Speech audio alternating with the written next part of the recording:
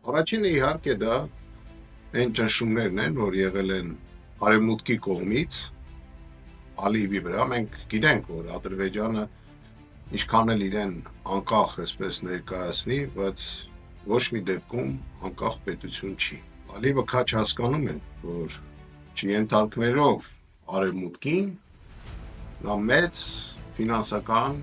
խնդիրներ կարող է ունենալ։ Իսկ երկրորդը նա էր, որ ռուսական կողմը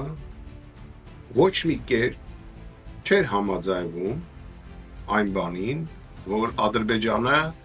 զավթի Զանգեզուրը։ Իմ կարծիքով քաչ հասկացնել են տվել, որ եթե Ադրբեջանը ներխուժի Հայաստանի տարածք, ռուսական կողմը ստիպված է լինելու գոյություն ունեցող պայմանագրի հիման վրա